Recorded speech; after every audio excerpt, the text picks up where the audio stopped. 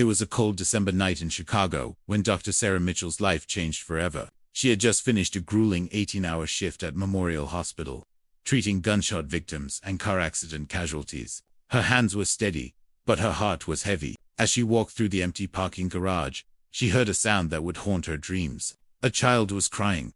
Sarah found him behind a dumpster.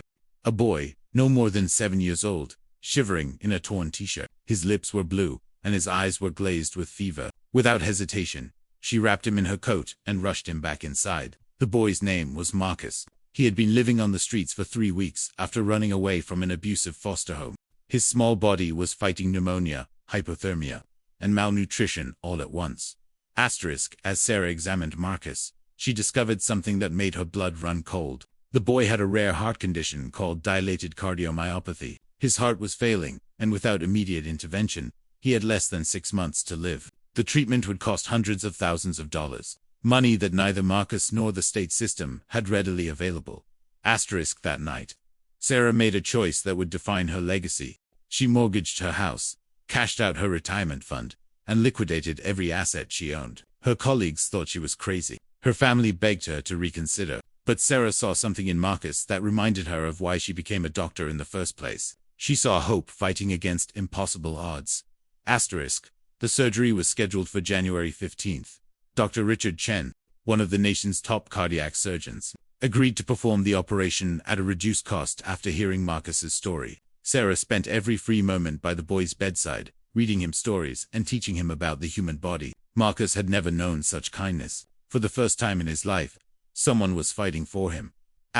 Word of Sarah's sacrifice spread through the hospital like wildfire. Nurses donated their vacation days to help care for Marcus. Janitors contributed from their paychecks. A local news station picked up the story, and suddenly, donations poured in from across the country. People were inspired by a doctor who put everything on the line for a child she barely knew. The operation lasted 11 hours. Sarah stood outside the operating room, her hands clasped together, silently praying. She had never been particularly religious, but in that moment, she bargained with every higher power she could think of. The surgical team worked with precision and determination. Dr. Chun later said it was one of the most challenging cases of his career, but also one of the most meaningful.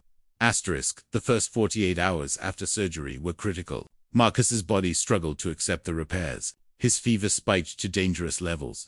Twice, the medical team had to rush in with emergency interventions. Sarah never left his side. She monitored every vitals change, adjusted medications with meticulous care, and whispered words of encouragement to the unconscious boy. On the third day, Marcus opened his eyes. His first words were barely a whisper. "Am I going to die?" Sarah took his small hand in hers and smiled through her tears. "Not today, Marcus, not today." The boy's recovery was slow but steady. Each day brought small victories. A few steps around the room, a full meal eaten without nausea, a genuine laugh at a silly joke. Just when things seemed to stabilize, a new crisis emerged. Marcus's biological mother appeared, demanding custody. She had abandoned him 3 years earlier, but now saw an opportunity to profit from the media attention. The legal battle was brutal. Sarah had no legal claim to Marcus, but she fought anyway, testifying about the boy's needs and his fragile medical condition. The judge listened to both sides. Marcus's mother painted herself as a reformed woman seeking redemption. But when Marcus was asked to speak, the courtroom fell silent. The 7-year-old boy stood up and said, "Dr. Sarah saved my life when I was dying in the cold. She gave me everything when she didn't have to. That's what a real mom does." There wasn't a dry eye in the courtroom. The judge ruled in Sarah's favor, granting her temporary custody with a path to adoption. It was unprecedented, but the judge cited the extraordinary circumstances and Marcus's clear wishes. Sarah's sacrifice had not only saved her life, but had created a family. The medical community praised her actions, but Sarah remained humble, insisting she had simply done what any decent person would do. Sarah's story inspired others in ways she never imagined. 3 other doctors at Memorial Hospital started a foundation to help children in similar situations. Local businesses donated resources. The community rallied around vulnerable kids, creating safety nets that hadn't existed before. Marcus's story became a catalyst for change in the foster care system. Months passed, and Marcus grew stronger. His heart, once failing, now beat with renewed vigor. Sarah watched him play basketball at the local park, something doctors had said would never be possible. She enrolled him in school, where he excelled despite his interrupted education. Teachers marveled at his resilience and determination. Asterix's life wasn't always easy. Marcus had nightmares about his time on the streets. Sarah struggled with the financial burden she had taken on, but together, they built something beautiful. A home filled with laughter, learning, and unconditional love. Sarah taught Marcus that heroes aren't perfect people. They're ordinary people who make extraordinary choices when it matters most. Asterisk, a year after the surgery, Sarah received the Humanitarian Award from the American Medical Association.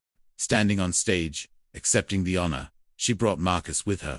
"This boy taught me more about courage than I ever taught him," she said. "He survived things that would break most adults. I just gave him a chance to show the world what he's made of." Asterisk, Marcus blossomed in his new environment. He discovered a passion for science, spending hours conducting experiments and asking Sarah endless questions about medicine. She patiently answered each one, nurturing his curiosity. His dream was to become a doctor one day, to help other kids like himself. Sarah had no doubt he would achieve it. Asterisk, 5 years later, Marcus stood as the valedictorian of his middle school class. In his speech, he told his story without shame. He spoke about homelessness, illness, and the power of one person's compassion. "Dr. Mitchell showed me that family isn't about biology," he said. "It's about who stays when things get hard. It's about who fights for you when you can't fight for yourself." Asterisk, today, Sarah continues her work at Memorial Hospital, treating every patient with the same dedication she showed Marcus. She has since adopted 2 more children from difficult circumstances, creating a home filled with second chances. Marcus is now preparing for college, planning to study medicine. He wants to be just like his mom, the woman who taught him that one person can change the world, one brave decision at a time. Sarah never sought fame or recognition. She simply saw a child in need and chose to act. In that moment, in that cold parking garage, she became more than a doctor. She became a hero, not because of grand gestures or superhuman abilities, but because she refused to walk away when every instinct told her to help. And that choice, that single decision on a December night, saved more than just one life. It created ripples of hope that continued to spread, reminding us all that heroism lives in the quiet moments when we choose compassion over convenience, love over indifference, and action over apathy.